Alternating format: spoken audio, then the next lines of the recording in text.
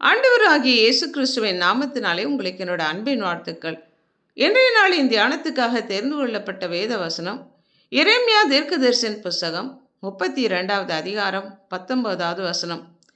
யோசனையிலே பெரியவரும் செயலிலே வல்லவருமாய் இருக்கிறீர். அவனவனுக்கு அவனவனுடைய வழிக்கு தக்கதாகவும் அவனவனுடைய கிரியைகளின் பலனுக்கு தக்கதாகவும் அளிக்கும்படி உம்முடைய கண்கள் மனுபுத்திரருடைய எல்லா வழிகளின் மேலும் நோக்கமாய் இருக்கின்றன என்று எரேமியா தீர்க்கதரிசி தேவனை நோக்கி பண்ணின ஜெபத்திலே சொன்னார். கர்த்தராகிய ஆண்டவரே, இதோ தேவரீர் உம்முடைய மகாபலத்தினாலும் நீட்டப்பட்ட உம்முடைய புயத்தினாலும் வானத்தையும் பூமியையும் உண்டாக்கினீர். உம்மாலே செய்யக்கூடாத அதிசயமான காரியம் ஒன்றுமில்ல. 1000 தலைமுறைகளுக்கு கிருபையையும் இரக்கத்தையும் காண்பிக்கிற சத்தியமுள்ள தேவன் நீங்க. பிதாக்கள் செய்த அக்கிரமத்தை பிள்ளைகளிடத்திலே 3ஆம் 4ஆம் தலைமுறை மட்டும் விசாரிக்கிற சேனைகளின் கர்த்தர் என்னும் நாமம் உள்ள மகத்துவமும் வல்லமையும் உள்ள தேவனே என்று சொல்லி யோசனையிலே நீர் பெரியவர், செயலிலே வல்லவராய் இருக்கிறீர் என்று எரேமியா ஜெபித்தார்.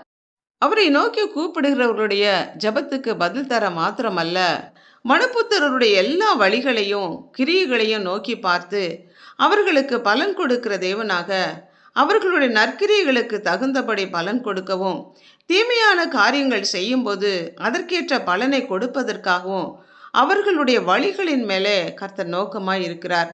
எரேமியா 16வது அதிகாரத்துல என் கண்கள் அவர்களுடைய எல்லா வழிகளின் மேலும் நோக்கமாய் இருக்கிறது. அவைகள் என் முகத்துக்கு மறைவாய் இருக்கவில்லை. அவர்களுடைய அக்கிரமம் என் கண்களுக்கு முன்பாக மறைவாய் இருக்கிறதும் இல்லை என்று கர்த்தர் சொல்கிறார். Everything is naked before his eyes. சகலமும் அவர்களுடைய கண்களுக்கு முன்பாக வெட்ட வெளிச்சமாக நிர்வாணமாக காணப்படுகிறது. அவருடைய பார்வைக்கு மறைவானது ஒன்றுமில்லை. ஒருவேளை யாரும் நம்மை பார்க்கல அப்படின்னு அவங்க யோசிக்கலாம். ஆனால் கர்த்தருடைய கண்கள் பூமி எங்கும் நாம் ஒவ்வொருவர் மேலும் நோக்கமாக இருக்கிறது. அவருடைய பார்வைக்கு மறைவானது ஒன்றுமில்லை. நம்முடைய சிந்தனைகளையும் யோசனைகளையும் அறிந்திருக்கிற தேவன். நாம் பேசுவதற்கு முன்னமே நாம் என்ன பேச போகிறோம் என்று கூட கர்த்தர் அறிந்திருக்கிறார்.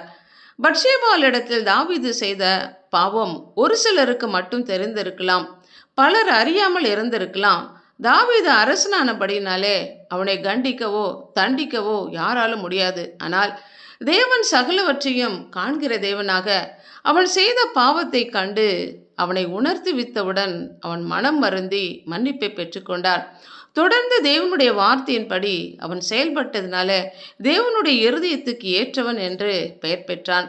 நம்முடைய செயல்களையும் வழிகளையும் அறிந்து அவைகளுக்கு தக்கதாக நமக்கு பலனையும் பிரதிபலனையும் கொடுக்கிற தேவன். நம்முடைய செயல்கள் யோசனைகள் எப்படி இருக்கிறது ஆராய்ந்து பார்ப்போமா? ஜெபிப்போம். அன்புள்ள ஆண்டவரே, உங்களை படைத்தவரே, வானத்தையும் பூமியும் படைத்த சர்வ வல்லமையுள்ள தேவனாகிய கர்த்தர் நீங்க. உம்மாலே செய்யக்கூடாத காரியம் ஒன்றுமில்லை. உம்முடைய கண்கள் பூமி எங்கும் உலாவிக் கொண்டிருக்கிறது. அது நல்லோர் தீயோர் எல்லாரையும் நோக்கி பார்க்கிறது. எங்களை குறித்த உம்முடைய யோசனைகளும் திட்டங்களும் நன்மைக்கு ஏதுவாகவே இருப்பதற்காக நன்றி செலுத்துகிறோம். கர்த்தர் நீர் எல்லாவற்றையும் காண்கிறீர் என்கிற உணர்வோடு கூட நாங்கள் ஒவ்வொருவரும் வாழ எங்கள் ஒவ்வொருவரையும் அர்ப்பணித்து ஜெபிக்கிறோம். இயேசு கிறிஸ்துவின் நாமத்தினால் ஜெபிக்கிறோம் பிதாவே, ஆமென்.